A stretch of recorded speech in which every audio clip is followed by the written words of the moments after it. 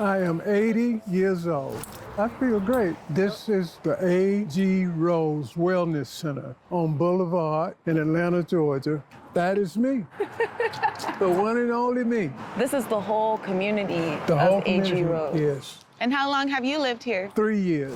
I enjoy being here because I had a stroke. This area, this is where you grew up. Yes, King Center's right up the street. There's a lot of history here.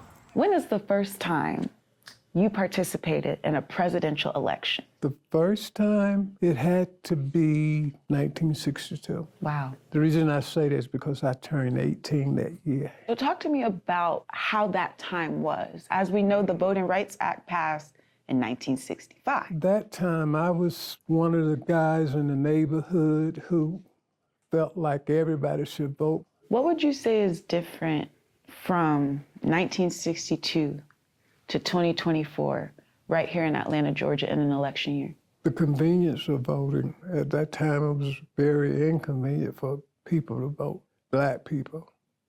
There were those that wanted to vote, and there were those that were afraid to vote, meaning that a lot of them wouldn't go because of fear.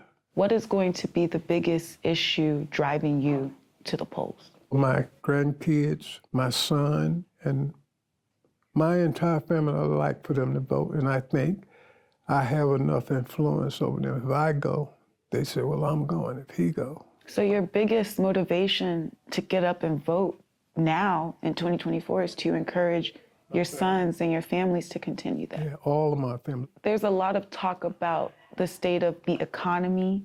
There's a lot of talk about abortion rights, guns, safety. Are there any of these type of topics that kind of stick out to you that you care about a lot? Guns.